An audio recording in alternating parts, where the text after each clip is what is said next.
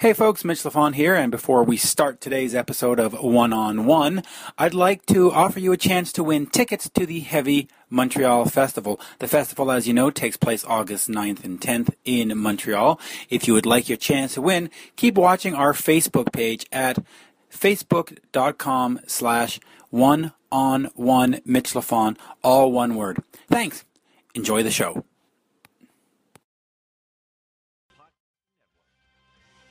Here's Mitch and co-host Mark Strigl.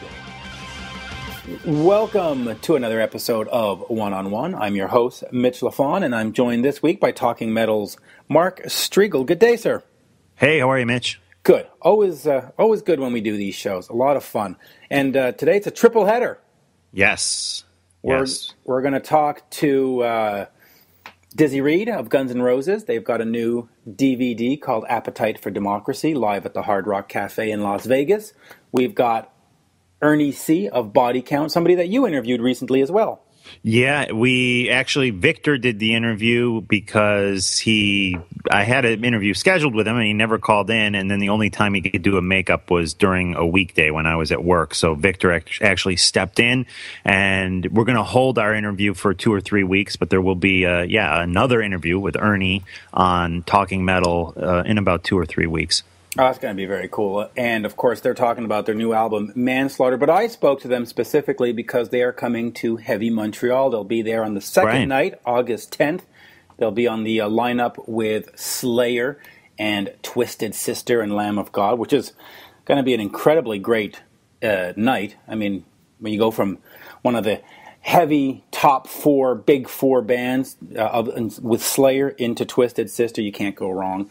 And then after that, we're going to listen to Nick of a band called Gotthard. Gotthard is a band that has been in Europe for, 25 years, 30 years. They've had 11 number one albums in Switzerland, and yet in North America, couldn't get arrested. Nobody knows who they are. Right. Yeah, I'm unfamiliar with them, so I definitely need to check them out. You really do. They're a mix of like Bon Jovi, Van Halen. It's sort of Europeans' version of, well, in fact, I was going to say Europeans' version of Def Leppard, but they are European. They're just sort of like another Def Leppard, except nobody knows about them outside of Switzerland. And they can play arenas in that country, and here probably couldn't play, a bus stop. So right. All right. Unbelievable. But they have a new album called Bang, and you really should check it out. They sent me a copy to check out, and I was really impressed. It was really, really good. It was just good melodic hard rock. Cool. So, my type of stuff. Yeah, it really is. And they have, I forget how many, but they've got like 17 albums or something like that. It's unbelievable the amount of albums they have and that nobody knows about them. So I think that'll be a good one to check out. We spoke to Nick, who's the new lead singer. Their last lead singer passed away in a horrible motor vehicle accident, which we won't describe. But it's the new album. It's the second album with the new singer. Okay. So should we start with Dizzy? Yeah, let's go for it. Yeah, let's go with Dizzy. This is fun. Dizzy came on and talked about that new DVD that they recorded. But also, we had a chance to speak about the Montreal Riots, a show that took place in August of, I think, 92, a show that I was at. And, of course, it made the news because James Hetfield of Metallica went up in smoke, caught on fire thanks to the pyrotechnics. Guns N' Roses came out, cut their set short after 3 or 4 songs. And then the riots ensued. And I was there, Dizzy was there, we discussed our perspectives of that event. Right on, I want to hear this. Which is going to be interesting. So let's just go and listen to what Dizzy had to say. Good, so we're talking Guns N' Roses today. Yes, indeed. So, let's just get right into the new Blu-ray, DVD, the whole thing, the Hard Rock Casino Las Vegas show. How is it preparing for a residency different than just doing sort of a normal touring, from one town to another? I guess the main difference obviously is the travel, right. And there's less of it, so you can bring more stuff because you don't have to pack it up every day, and just try to make yourself feel at home, and I really enjoy doing the residencies myself. It's just yeah. I mean, when you're younger and you first start rolling around in a bus, whatever, you just think, man, this is the life. But it starts to take its toll after a while. Flying too, especially these days, is really difficult. So, you know, if you eliminate that aspect, it's just there's a certain comfortability that's there, and I think the band just you can build momentum more. I think by the, you know, a couple shows into it, everything's kind of rolling along like right away, as opposed to you know, the room's not changing, the venue's not changing every night. So maybe, like, you know, sometimes when that happens, you go from indoors to outdoors, and, you know, all of a sudden you have, you know, it doesn't sound the same in your ears or in the monitors. And, right. You don't really get that when you're doing that stuff. And and you know what? There's a casino outside, and there's Jägermeister, and you can have a blast. Do you notice a difference at all in the audience? Because, you know, when you're on tour and you're going from city to city, you expect that it's the fans, you know, the Guns N' Roses fans that show up. Here it's sort of the fans plus sort of some Las Vegas tourists that are sort of milling around. And do you notice any difference? Not a big difference. I think the main thing is that, you know, when you're in Vegas, I think most of the people there, not all the people, but they don't have to get up and go to work in the morning. They don't have to go home. They don't have to worry about the babysitter or the kids, because they're there to have a good time and to see a show. Right.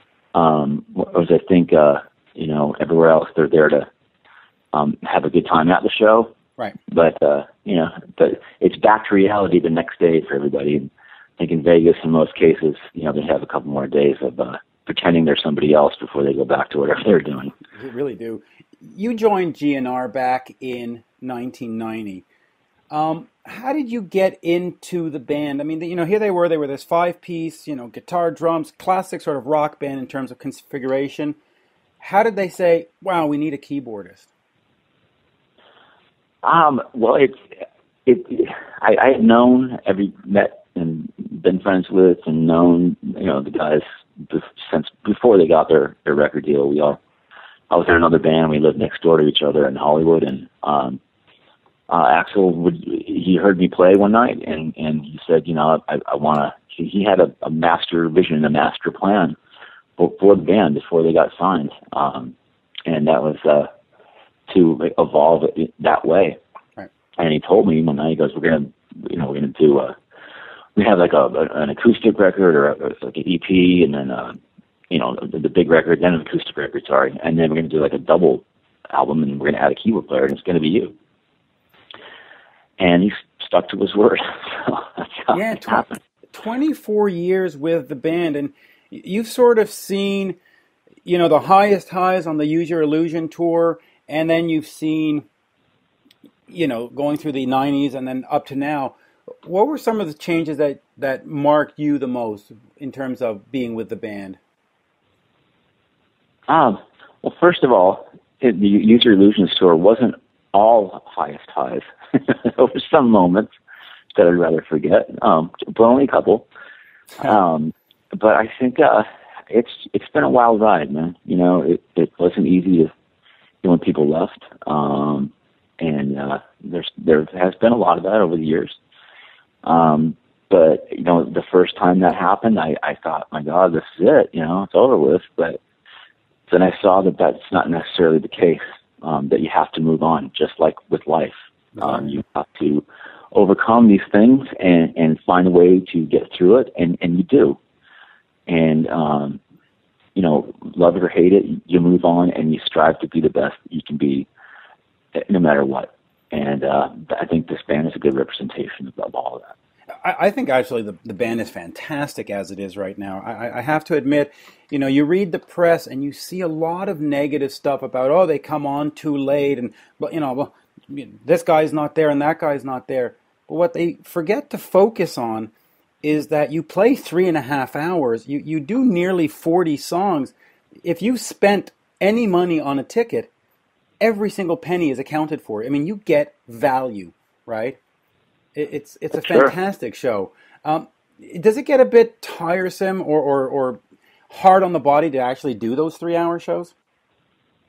You know, not for me. I kind of stopped moving around a long time ago. I do the best I can doing what I do. Play the keyboards, play a little percussion and stuff. But for the other guys, you know, I think you have to pace yourself. Certainly, obviously, you have to. Even I do. There's no question about that. Right. But if I ever find myself like feeling like complaining and stuff, I just remember that, you know, the E Street Band played for 5 hours without any breaks, and they're older than we are. So if they can do it, you can do it too. We have no excuses. You know, you mentioned that the Use Your Illusion tour had some highs, but also some lows. One particular low was probably the Olympic Stadium in Montreal. What do you recall of that event? That particular that was a bummer. Obviously, that was the night that we were touring with Metallica, and I know that was the night that the singer got lit up. Yeah. Got burnt really bad, and so the way that all went down, it wasn't very cool. But I just remember that we wanted to come back and give them the full show and give them their money's worth, because obviously Metallica couldn't finish their set, and I think that would have been the way to go. But some people didn't like that, and I'm not sure exactly. I know that in a lot of cases, not all cases, but the press sort of blows things out of proportion, right? And likes to call it a riot. I know that there was some bad things that happened there, but yeah, so I was at that show actually, and it was quite it was quite an event. But I do remember when Axl put the mic down and walked off stage, that my buddy and I, we just went, okay, we're going home. We are not sticking around for what's coming next. And there was. Well, I do remember that we had full intention of, we just wanted to come back and give them the full show, and they didn't like that. The biggest bummer about that was that we weren't able to play Montreal again for several years, and when we finally did, 14 years later, it was an awesome moment. I remember, especially for Axl and for me, to be able to finally come back there and play, and the fans were very appreciative, and it was kind of an emotional moment, actually. Yeah, I was at the Olympic Stadium show, and I was at your return at the Bell Center. What was it like coming back, stepping into the Montreal Bell Center, knowing that there had been a couple of petitions of don't have them play here again, and they should be banned, and yet you came in and you did, I think, a 3.5 hour show, and Axl even made some comments about, hey, Montreal, I didn't think you'd have me back, or something like that. Was there any? Yeah, I think it was. It was like vindication in a lot of ways, because I think that everyone blamed us for everything that happened, and there was no, basically we were just trying to do the right thing way back when, and it was just completely misconceived and blown out of proportion, and so to come back and to get that feedback from the fans, that was, kind of set things right. It really did.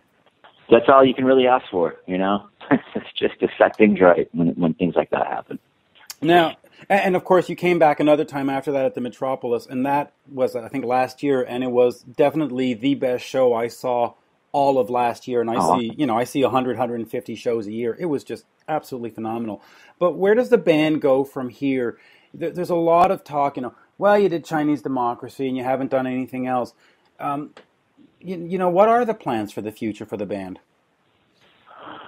There's nothing real definite. I know that there's a lot of music that's got to be finished up, and there's a lot of music that's done or close to being done that's it needs to be put out, and then we got to get back out there and play some more shows, maybe do another residency. But in the meantime, people can watch the DVD, and that can hold you off until we get back out there. It really can. Are we allowed to talk a little bit about the Dead Daisies as well? I don't see. I mean, that's what I'm doing right now. So. Absolutely, go for it. So of course. Let's talk Dead Daisies a bit. You're going to be opening for Kiss, and you've teamed up with John, who sang for a brief moment with In Excess. Tell me a little bit about how the band got together. Well, it was something that I think Richard had started doing a couple years ago, or last year, whenever it was. And he told me about it, and who was doing it. And John Stevens, I'd met actually when he was singing with In Excess, and he's a phenomenal singer. Yep. And Marco Mendoza's playing bass, and I'd done like a couple of songs with him one night in Chicago. We got up and played, and so those are two guys I always wanted to play with. I think Charlie Drayton was playing drums at the time, and another guy I always thought, wow, it would be great to play with him. And so when he told me about this, I said, well, guys, if you ever need a keyboard player, I'm not doing anything. And turns out I knew their production manager, front of house guy. We were good old friends as well. So when they needed a keyboard player, they called to see if I was available, and I said yes. And that's how it all started. So we're out with we're getting ready to go out with Bad Company and Leonard Skinner right now. They're ready to go back in the studio and finish up 4 songs. There's a single coming out, and I think that's August 5th. And then we go back out with Kiss and Def Leppard. So should be a wild and wacky summer with the Dead Daisies. Yeah, not a bad way to get introduced to an audience by opening up for Def Leppard and Kiss. You mentioned you're going to do 4 songs. Is there plans to make a full-length record? Well, that will go. We've already completed 3 songs. Okay. I think the plan is to put out an EP and definitely some singles. I know that the first single I think is coming out August 5th. It's a song called "Face I Love." It's a great song, and there's a lot of promotion and stuff behind that. So it'd be worth checking out. The Dead Daisies Facebook page and getting involved with all that. Is that sort of the new way to go? The fans these days seem to have a very short attention span. They go to YouTube, they watch one song. They go to iTunes, they buy one song. Is making an album actually still relevant? Not as much as it used to be. Okay. That's for sure. And it's always been hard. It's always been difficult to put out 12 really good songs worthy of putting out. Yeah. Not every band can do that.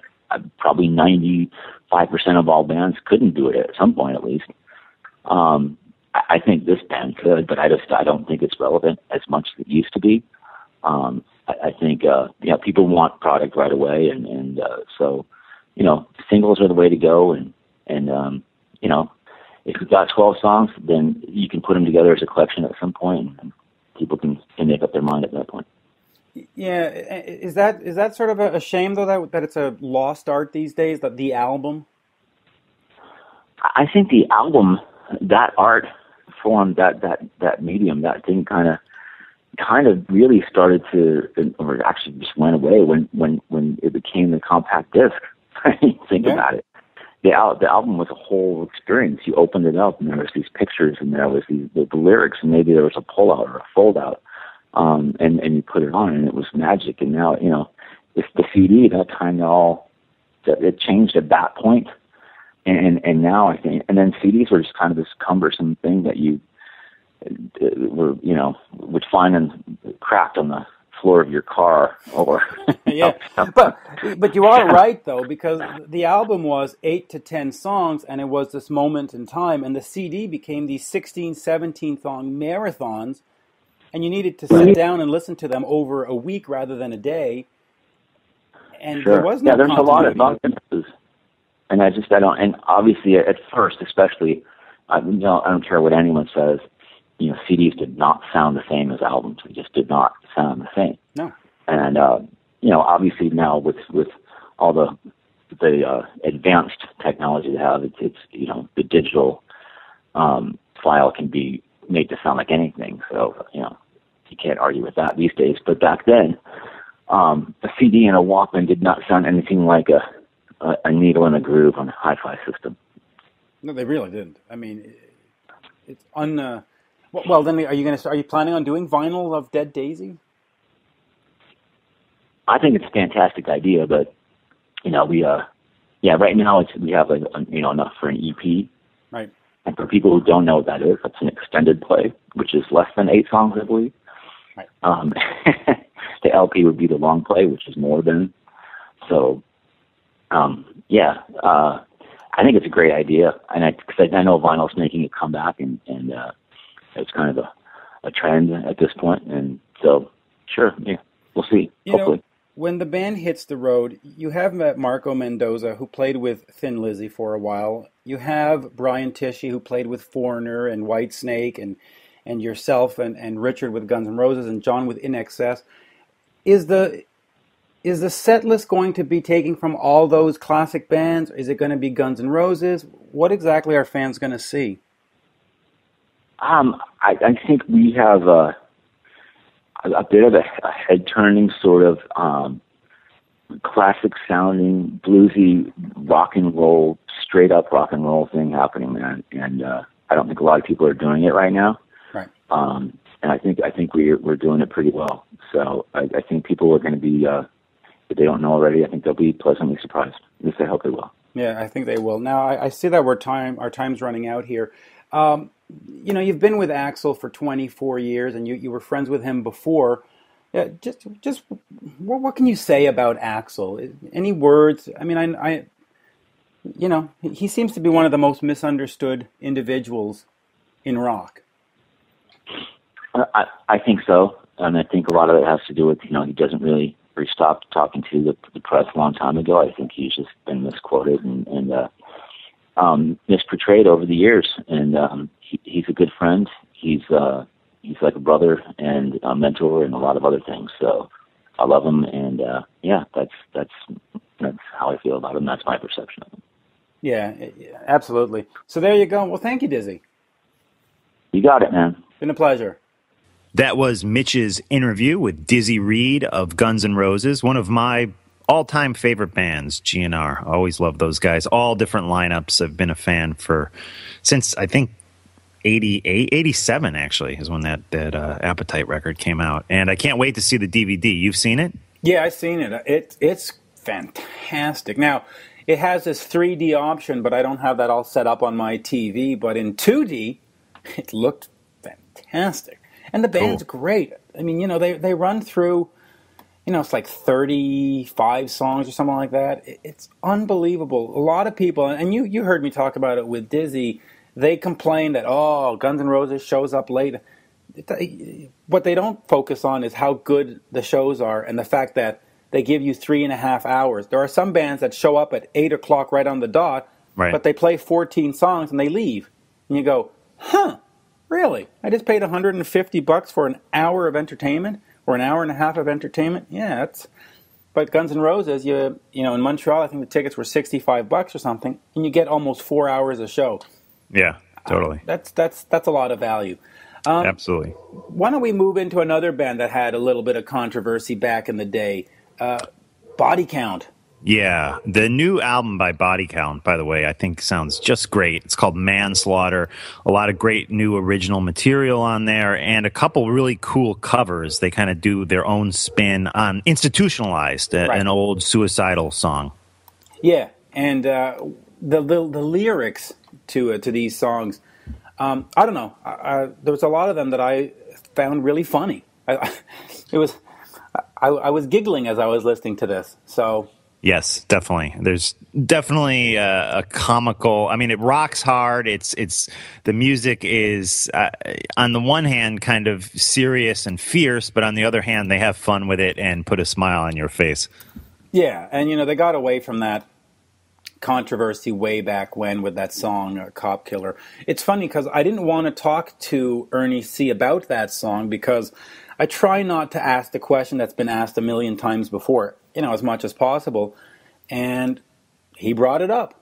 It was part of the conversation. So, again, Body Count comes to Montreal August 10th as part of the Heavy Montreal Festival. They've got this new album, Manslaughter. Why don't we sit back and enjoy what Ernie C had to say? Absolutely. Let's check it out. Yes, we got Ernie C of Body Count. So, Ernie, the new album Manslaughter, it's been a while in the making. The last one came out in 2006. What sort of compelled you or motivated you to get back together and put out something for this year? Well, it was just about time. You know, during the recording of the last album, we lost a member, so the band has to grieve, and you have to get ready, want to do another record. And I was doing Low on Order, and so now it was time where I felt like playing and writing some music, and he had some time, and he felt like doing some music again. And the climate is right for Body Count. It's just right for us right now. Yeah, it really is. So tell me a little bit about writing Manslaughter. Now, actually, before we get to writing, you've produced other bands, including Black Sabbath. Why not produce the Body Count album? Because I wanted to play guitar. Sometimes you just want to play guitar. That's what I do best.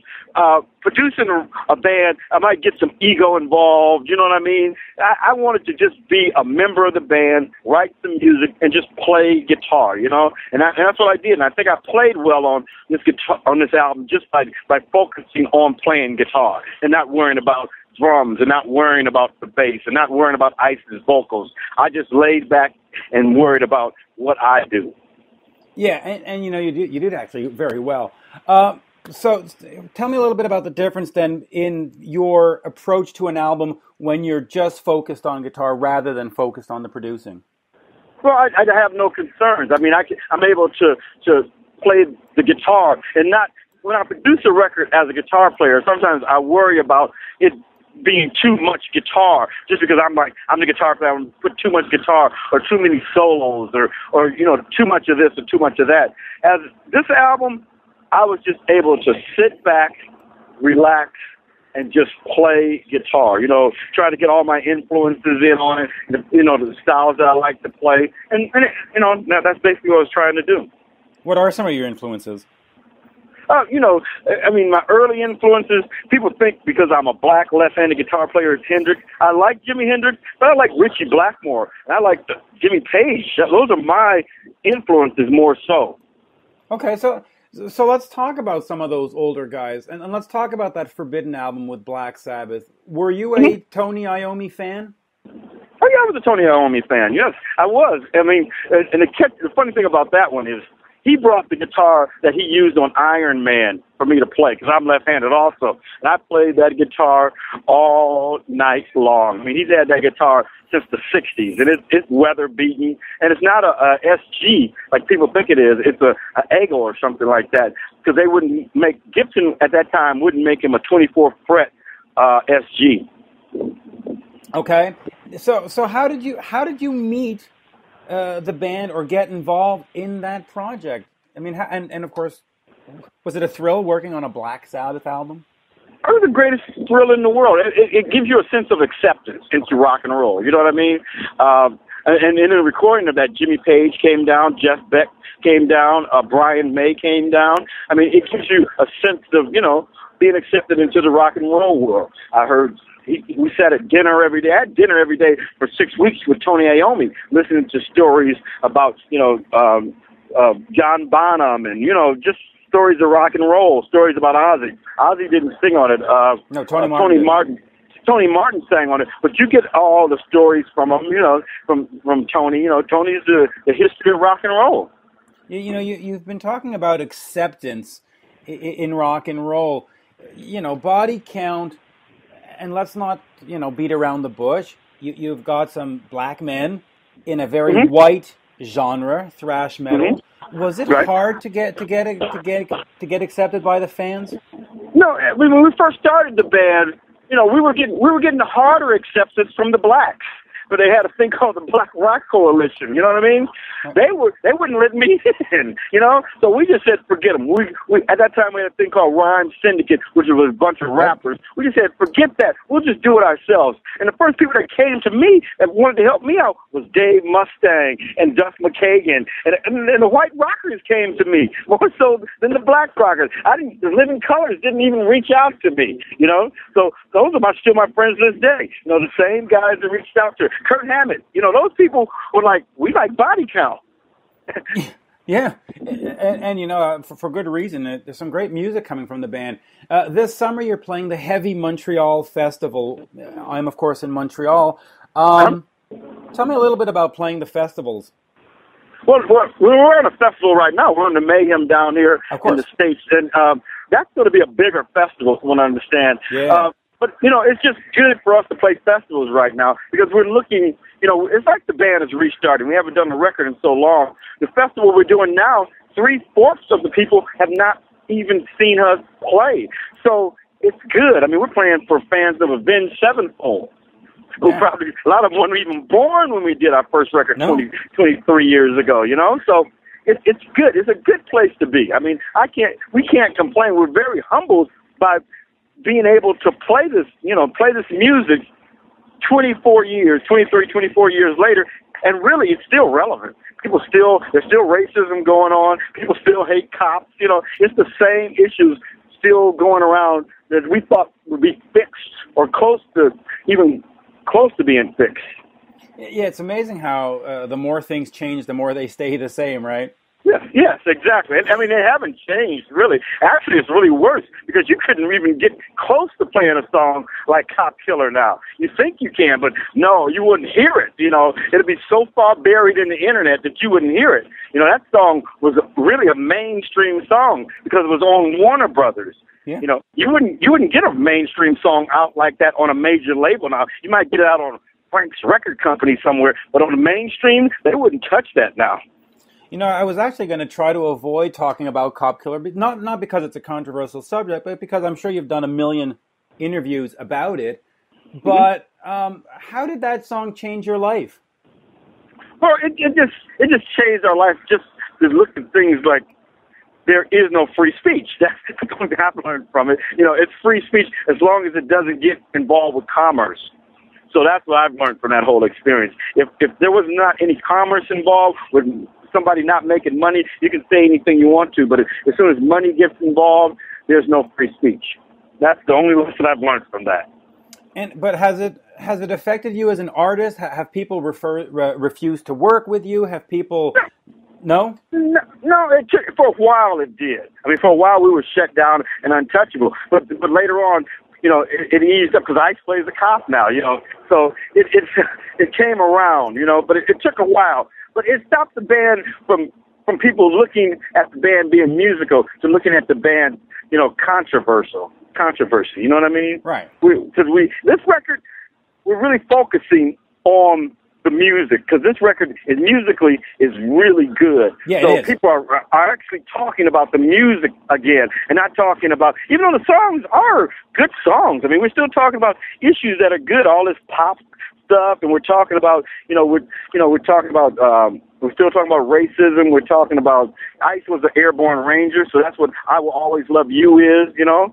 So there's a lot of the different issues on this record that are very, relevant. Speaking of the music, it's 2014. The industry is completely in disarray. Why bother making a new album? Why not just throw up a single on YouTube or on iTunes and say, all right, folks, go enjoy that one song, see us on tour, and... That's really funny because we're used to making records. We wanted to make a record, and the thing about it is that people don't know, this record is what is sequenced.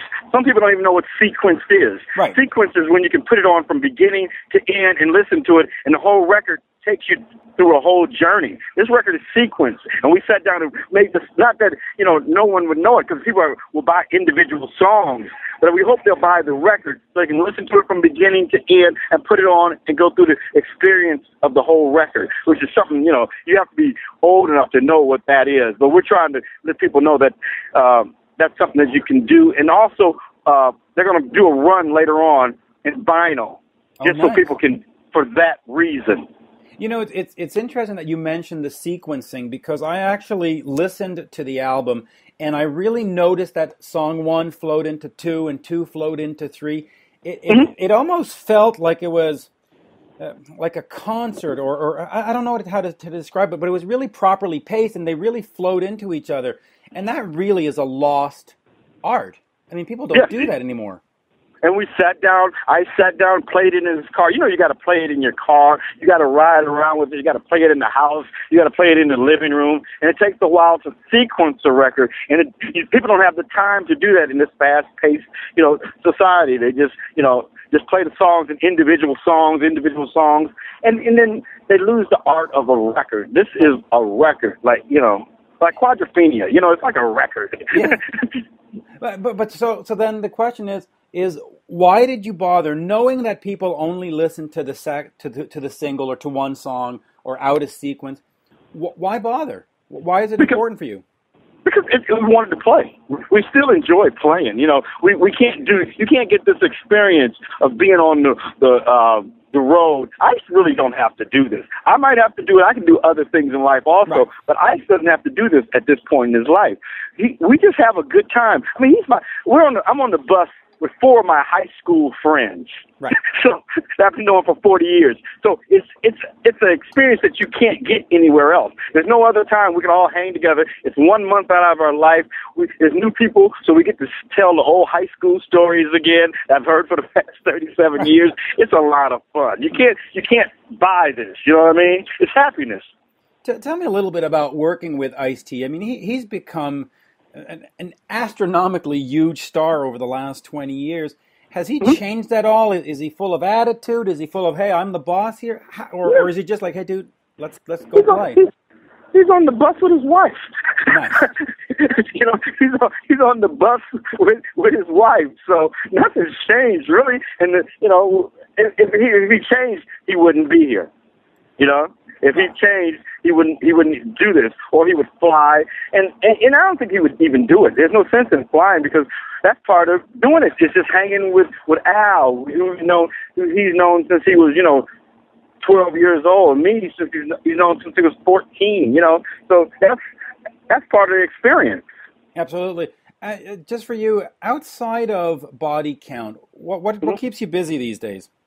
Well, I've been writing music for apps and things like that. And I'm working on a movie for China. You know, China is going to be the next big market and all this kind of stuff. You know what I mean? But I'm writing. It's children's stuff, believe it or not. I'm doing simple raps. You know, like on the one. Like I can't rap. It's on the 1, 2, 3, 4, like old school rap 20 years ago, so they can understand English. I don't know. It's something to do. It's a lot of. It's like I said. I just choose things I'm having a lot of fun at. That's a lot of fun, you know. I get to play. I play all the instruments. You know, it's not heavy metal. It's whatever it is. You know. Tell me, yeah, it is. Tell me a little bit about the Masters of Metal band that you started. It sort of started and stopped, right? Have you done anything else with it, or you plan? No, we haven't done anything else. You know, everyone asked me about that, and it just started. It was an idea. You know, it just didn't pan out the way we wanted it to. Which is too bad because I think people need more of your guitaring. Let me just get quickly back to the Black Sabbath Forbidden album. When they went in to make the album with you and they sat down, you sussed through all the demos, what were they trying to achieve? Because the album has had an incredible amount of negative reviews and people are going, oh my God, what is this? Right, were they trying to create a new sound? Were they trying to go back to the old? They were trying to create a new sound, but then when they got it, they didn't want it. So we at the end of it, we had tried to reverse back. But I always say to this, you know, Black Sabbath, how many records have you done? 11 or something like that? Yeah. I'm one of the producers of one of their, it might be their worst album. It's better. It's an okay Black Sabbath record. It's not their best. I don't think it's their worst. But it was a good experience. And Tony, you know, I always credit myself to starting the Ozfest. I was talking to Tony. I was like, you should get your original band back together and start playing. Because I was working with, you know, these other guys. I was like, you should get the original band. That's the band that people know and love. And the next year after that record came out, lo and behold, they're doing the Ozfest. Yeah, see? And that was a great festival. And of course, they just wrapped up a very successful run this year. So where do we go from here now? Where is Body Count just sort of 2014? There's Manslaughter, there's the tour, and then back into the sort of hiatus state? Or are you looking for a new album next year and a new tour?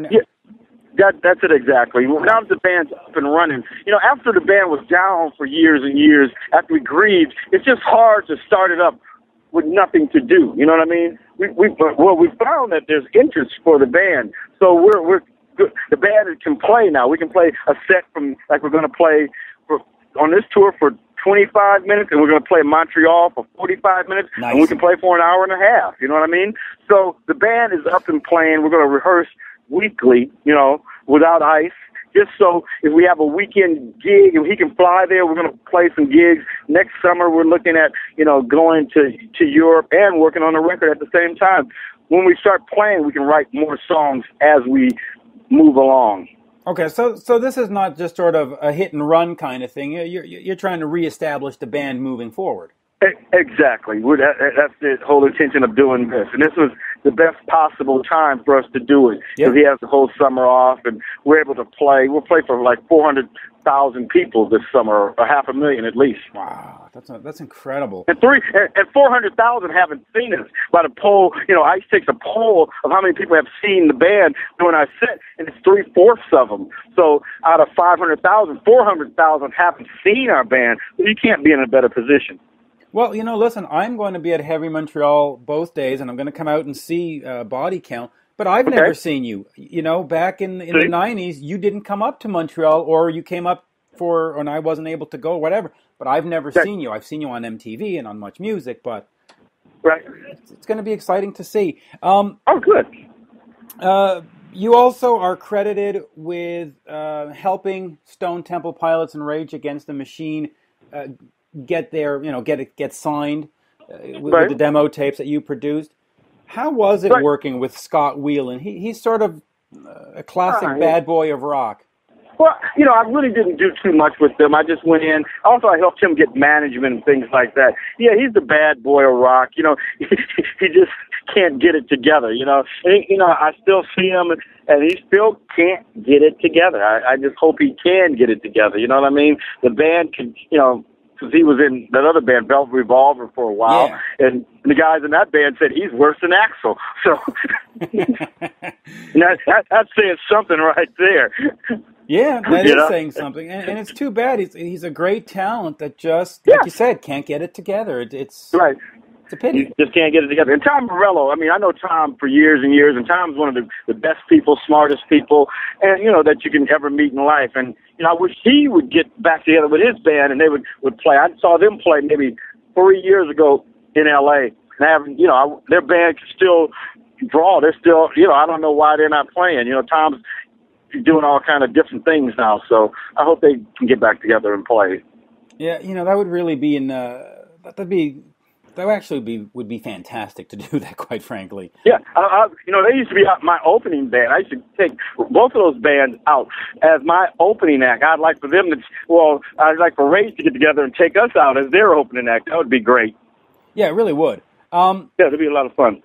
The new video you've made, Talk Shit, Get Shot, I believe it is. Yeah.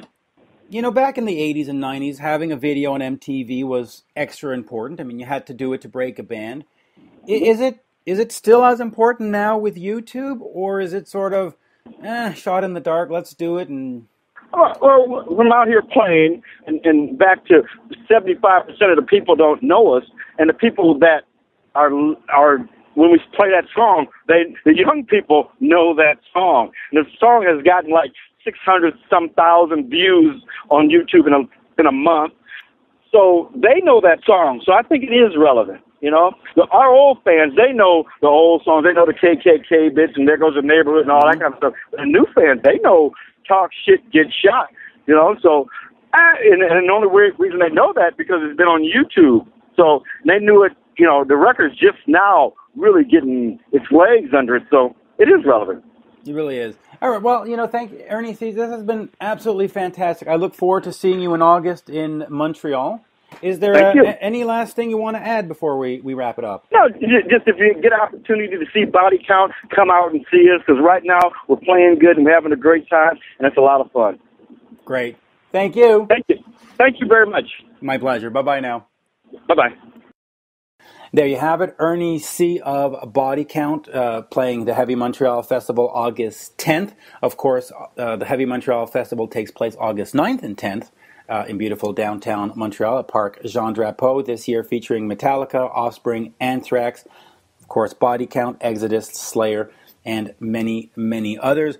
And the promoter, Evenko, also has Skid Row coming to town August 19th at the Corona Theatre.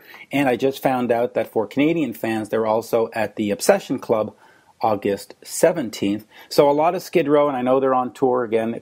If you're not in Montreal or Ottawa, find them, check them out. Great band.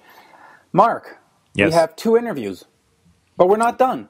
Yeah, there's one more. And before we get to that, can I just mention quickly, guys, go check out the other podcasts on TalkingMetalDigital.com and also support Mitch with a PayPal donation. His PayPal account is MitchMinute@AOL.com. Yeah, thank you very much. Thank you. So let's get into Gotthard. You know, they have, if you include compilation and live albums, 19 albums in all. I got to listen to some of these albums. I mean, I feel terrible. I don't really know these guys at all. Yeah, but that's the whole point. If you're in New Jersey, like you are, you don't know Gotthard. But if you're in, Switzerland, they're like the Beatles. And it's unbelievable how music can sometimes be so regional and just so, specific to a city or a country. But great band. So, here we're talking to Nick Maeder, the new singer. His first album with the band was the 2012 Firebirth album. Now, this one, Bang, just came out. And, of course, Steve Lee, the previous singer, passed away in a motorcycle accident. So, ooh. But here's what's incredible about Gotthard, and I mentioned it just before we spoke to Body Count. Their last 11 albums have reached #1 in the Swiss album charts. Wow. Their last 11. It's amazing. I mean, and yet here we are in North America, and we go, Goth who? What? Right. Who are you talking about?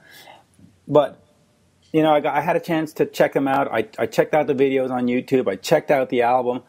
And I got to go back for more. I mean, like I said, you like Van Halen, you like Def Leppard, you like Bon Jovi, you like all those 80s hair metal bands and that kind of hard rock sound. Yes. These guys are for you, and they really sound great. So let's listen to Nick Maeder. He talks about the new album Bang, and he also talks about his solo band with his brother Maeder and what's the future of that band, what's the future of Gotthard, and Swiss music in general. So let's enjoy Nick Maeder. Hey, how you doing? Good, actually. We're talking about the new album, Bang. Tell me a little bit about how you got the songs together. Well, we sort of spent last year really just writing as much as we could, and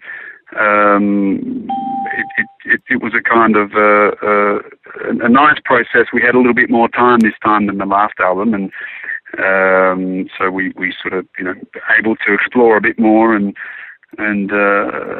sort of the thing that happens when you when you haven't got as much pressure for making an album, it tends to be more fun. Yeah. And it was just really sort of spent most of the year and around about October we started recording and sort of finished it in January, and sort of somehow went really well with it without too many problems. This is your second album with the band, obviously replacing Steve. Yeah. Tell me a little bit about what you bring to the band. Well, that's sort of, I suppose that's a hard question for me to answer as such, but it's, this time around with this album, I suppose, see, the first one that we did, I had to really just kind of, we wrote it really quickly. We just had to, get things moving and get it out there and do the best that we could under all this sort of pressure. And the expectation was, we had a lot of eyes on us, and it was a bit of pressure there, a bit of stress. But I suppose the big difference too with this album is that we knew each other musically a lot better, and we're really able to write this album specifically for my voice, you know, right? Which obviously knowing each other musically a lot better. So it's probably not sounding as much as of a typical Gotthard album, this one, I would say, compared to the other one, the first one, Firebirth album that I did. Yeah. Well, listen, it's a great sounding album. You have, the band has been #1 repeatedly in Europe, or in Switzerland especially, yet in North America, the band is almost unknown. Why do you think that is? Why do you think they haven't been able to come over to North America and be as successful as in Europe? It's a really hard one. I mean, one thing that I learned in the music industry is that you just can't. There's no rules. There's no you think maybe a song's going to do well and then it doesn't, or the opposite. You've got a crappy song that you think is a crappy song, and then all of a sudden it does well. Or and territories is a whole other thing as well. You just don't know. There's no way of telling. Somehow it works in one territory and for some reason it doesn't in another. I know that the guys maybe didn't, try to sort of really work the States as much. Right. When a lot of things going well here, and the problem is too is that these sort of things cost a lot of money to do. When you need to break into a new country, especially a country as big as the US. I mean, it costs a lot of money to do. And it's like the guys, we're talking about Australia for me, because I sort of spent, half my life in Australia, and we're talking about, we should go and play in Australia. But again, the costs there are just enormous. Are just huge, and so but I don't know. I mean, it is probably also a style of music that was perhaps more suited to Europe. Hard to tell. Really hard to tell. Yeah, but the band is sort of steeped in that sort of melodic hard rock, sort of that Bon Jovi, Van Halen, arena rock sound. It's certainly a sound that appeals, or at least in the early '90s, to North Americans. But it's a sound that you would think would have translated well to this market. Yeah. No, I know what you're saying. Yeah, totally. With those type of bands. Let's talk about Australia for a second. How does a guy from Australia discover Gotthard, and how do you find yourself joining the band? Was there an audition process? Was there a contest? How did you find each other? Well, it was. I mean, I'm actually Swiss. I was. All my family is Swiss, and I was born here as well. And okay. I kind of spent half my life in actually growing up between Australia and Switzerland. So it was really, 2 or 3 years, and every 2 or 3 years we would sort of move back to either Switzerland or Australia. We really moved. Did my school years in both countries. So this was great to be able to learn both, because I'm actually from the French-speaking side of Switzerland. So I'm fluent in French and English. But we can switch the interview over to French then, if you want. We can as well, absolutely. We should actually. Raconte-moi l'histoire d'abord en français un peu. Je peux raconter n'importe quelle histoire, mais je veux dire que il y a beaucoup une grande partie de mes débuts musicaux, on va dire, étaient en Suisse. Donc, should we keep going in French? Well, my listeners are actually English. I live in Montreal, and of course I speak French. But let's talk about that. You've brought some French lyrics to the Gotthard band. Yeah. Tell me a little bit about about that. Well, we always sort of toyed around with the idea of maybe doing a French version of one of our songs, or even doing maybe just a flat out French song, and somehow with this the C'est la vie song, and it just felt like, just listening to it, it just kind of felt like it should have some French words in there, you know, and then the accordion came in there and everything, so it just kind of, everything got, you know, glued together and made sense. But, you know, yeah, obviously in the song In Bang as well, there's a couple of words that I threw in there as well for fun, you know. So, yeah, we never know. One day maybe we'll do a French version. Yeah. Well, the guys had done a version of Anytime, Anywhere in Spanish, and it sort of worked really well for them. So we thought, well, you know, why not do maybe a version in French? You know, but I mean, it would make no sense me doing a version in Spanish, obviously. No. But but French would be could be an idea. So we've actually been talking about it for a while, but it hasn't happened yet. But I'm interested in that, actually. I'm interested in that concept just because, you know, I live in Quebec and there are a lot of artists. The biggest one by any stretch of the imagination is Céline Dion, who started her career in French, then moved to English, but still puts out French albums. Aldenova did the same. Yeah. Is there a huge sort of francophone market for music in Switzerland? Well, you've got to realise that it's a big part of Switzerland. I mean, Switzerland is for people that don't know, is German, French, and Italian speaking, right. And the German is the majority. They have, I think, something like, you know, probably 50% or something, and the French side is still something like 35%. So there's quite a bit of French speaking, you know, a lot of people here, and so it totally makes sense to do it, you know, and actually France is doing quite well for us as well now, which is great. I mean, it's fantastic because a lot of the shows that I do in France, I can directly, you know, speak to people in, you know, a couple of places in Switzerland and in France. So I think people kind of like it when you speak in the language, you know.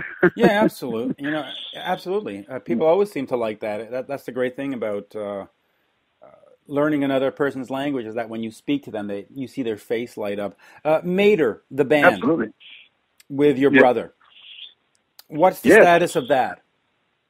Oh, well, that sort of finished probably about a year before I started auditioning for the guys. We'd already finished, so I was.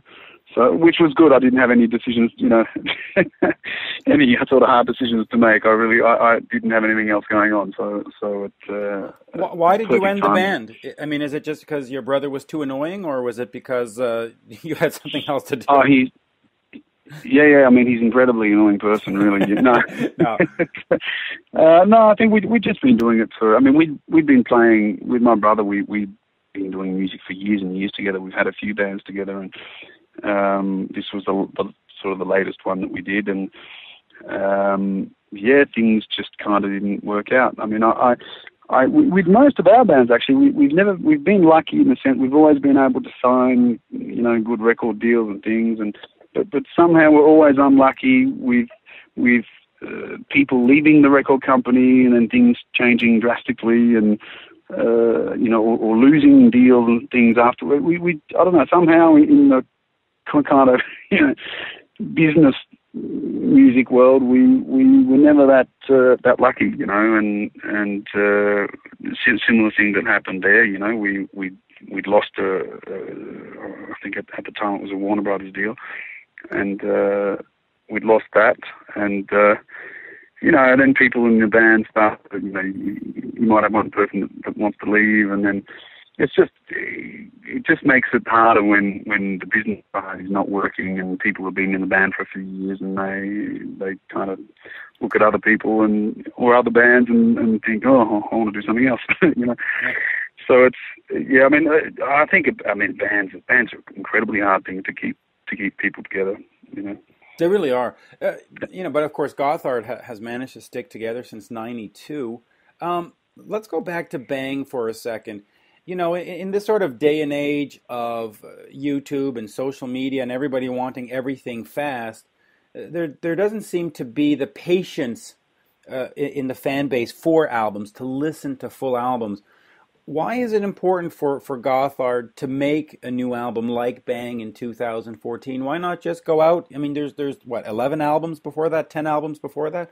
Why not just go out and tour? Oh no, we're up. I think we're up to 16. We're up to 16 albums now. I think if you count all the live albums best and of. Right. Yeah. But I'm talking just plain studio. Well, albums. I mean, predominantly Gotthard audiences. I mean, like you said, they've built up this. It's a band that's built up this following over the last more than 20 years. Right. And so they have a lot of loyal fans, and they're still, the fans that actually buy albums. And it's very much our world, the world of albums, and just. I mean, I know what you're saying. A lot of people don't sort of do albums anymore, or even. No, and especially a lot of the classic bands. If you look at bands like Poison or Cinderella, or bands like that. They will go and tour across the States every summer. They'll play the Sheds every summer, but they offer absolutely no new music. And you know what? The fans still show up to see that sort of top 10, 15 song greatest hits set list, and everybody seems happy. So my question is, Gotthard could certainly do the same. You've got sort of your top 15 songs that you can go play over and over again, and I'm sure fans would keep showing up. So it's sort of like why? Yeah, but I think also with a new singer, you kind of want to get some new material there with the new singer. Yeah, I fully agree. It sort of makes sense in that way. Yeah, so it's I know what you mean, but for us it's important to just keep making albums, and we're going to keep making albums, And also, I mean, a lot of the. Maybe I think in Europe as well, we need to do a tour and to do festivals, to do all that stuff. You need a new album. Yeah. Yeah. And I mean, we keep, everyone wants to keep writing, and really, even though the guys have done so many albums, I mean, everybody's really excited about making a new album and always just trying to do better and better and better every time, and in a way, I suppose if you stop doing that, you kind of might get very bored. I don't know. Yeah. It's sort of it's a question I ask pretty much all the artists, and I get some like Dee Snider, Twisted Sister, who'll say, "Well, why am I going to write a song so that the fans can go have a pee break?" And then there are other artists like yourself that say, "Well, we got to keep it interesting. It's kind of boring just doing old stuff all the time." So it's strange to see how artists have this different concept of what new music means. When you're writing for Gotthard, as opposed to writing for Maeder or other bands that you might have played with, do you try to focus on anything in particular? Are you trying to give that classic Gotthard sound, or are you trying to bring in more of your own personality? Well, we always try and keep with the classic Gotthard sound and sort of those types of songs. But it's, I mean, for me, it was a big change in writing in terms of I always wrote alone. Whenever, like you were saying before, I've always played in bands with my brother, and we were always the main songwriters. But we would always write our own songs, in a sense. So never really together. So I'm really used to. I mean, most of my life I've always just written by myself, and so that was a big difference for me, and I sort of worked out that it's a lot more fun, a lot more fun to and easier and quicker, when you're doing it with two other brains. But I mean, it's Leo in the band. He really sort of he's the one that really makes sure that we don't. That we stick with the Gotthard sound, and we've always got that in the back of our minds. I mean, the good thing is that there are so many albums already. There is so much material there already that there is a really defined sound. So it makes it fairly easy to stick to. But it's also the thing that I really liked about writing for this band is that there are so many different, between really soft ballads to really sort of heavier things, and there's really a broad range in there, and kind of a lot of different styles in a way. We didn't the same album, they're sort of renowned for this, and so as a songwriter, it really gives you a lot more to play with. It really does. Now, I know you have another call coming in a few minutes, so let's end with this. You came from a situation in your own band, Maeder, where with you and your brother, you're the boss. You sort of decide. Yeah. You play by your rules. You make the albums when you want. You're the boss. Yeah. Now you're not the boss. You're the new guy. How does that? I'm the new guy. Well, it is. How does that change you as an artist? I mean, is it more? Do you find that confining? Do you find it liberating? That I got all this pressure off of me, or do you like, okay, let me find my? How do you approach it as an artist, not being sort of the boss and now being, the guy that's got to play by the rules of Gotthard? Well, it's like you said, it is very different. I mean, this is a big machine too. It's not just the band, the management. I mean, everything around the band it's actually quite a big machine. So this was something I wasn't used to. I mean, every decision. The thing is, it's really a Swiss band, in that it's very diplomatic. The democracy, the democracy really works. I mean, it's every decision. It just takes time, So it's every band member. It's with management, with everything. I mean, it's generally everybody has a say. Everybody, it really works well. I mean, maybe that's why these guys have been able to stay together for so long and actually, like each other still. Yeah. But yeah, it's really a different way of doing it. There isn't sort of one boss as such. It's really everybody's the boss in a way. Yeah. But it works. It works, and then of course the album is Bang is being released in the States, and of course hopefully you'll come over here and tour and give a chance for the fans over here to see you up close and personal. Yeah, would love to do that. We would absolutely love to do that. Yeah. Nick, it's my pleasure. I know you have this other call to get to. Thank you very much. Cool. Great album. Bang. No, thank you. Thanks a lot. Nice slice of hard melodic rock, and I hope fans go check it out. Thanks a lot for your support, man. Thanks for that. My pleasure. Thanks, Mitch. Bye-bye. See you later. Bye. Hi again, folks. Remember to check the Facebook page for your chance to win 2 tickets to Heavy Montreal, August 9th and 10th in Montreal, Quebec, Canada. But there is more. I have 2 tickets to give away to Skid Row, August 19th at the Corona Theatre in Montreal. Again, check the Facebook page, facebook.com/1on1 Mitch Lafon, all one word, for your chance to win a pair of tickets to Heavy Montreal, August 9th and 10th, and Skid Row, August 19th at the Corona Theatre in Montreal. Thanks, folks. There you have it, Gotthard featuring Nick Maeder.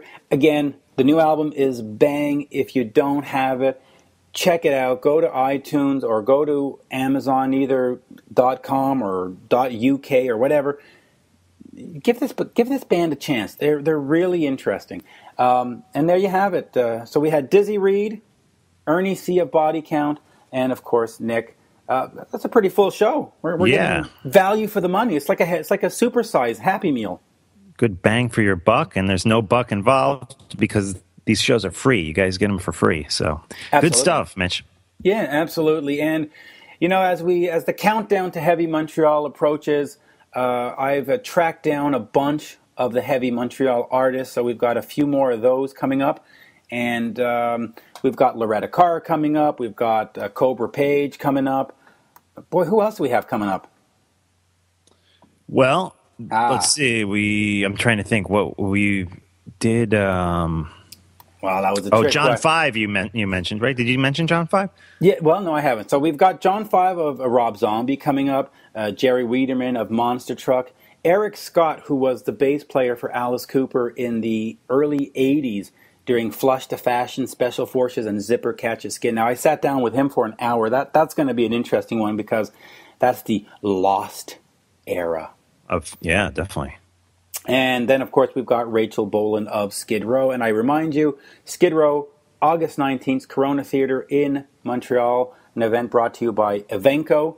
And, of course, Heavy Montreal taking place August 9th and 10th at Parc Jean Drapeau with Metallica, Slayer, and, of course, our guest today, Body Count. And our guest from the last episode, Overkill, is also going to be there. Oh, nice. Yeah, always a pleasure, Mark. Definitely, Mitch. Let's do it again in a few days. Yes, and thank you for listening to One on One. I'm your host, Mitch Lafon. Bye now. Cool.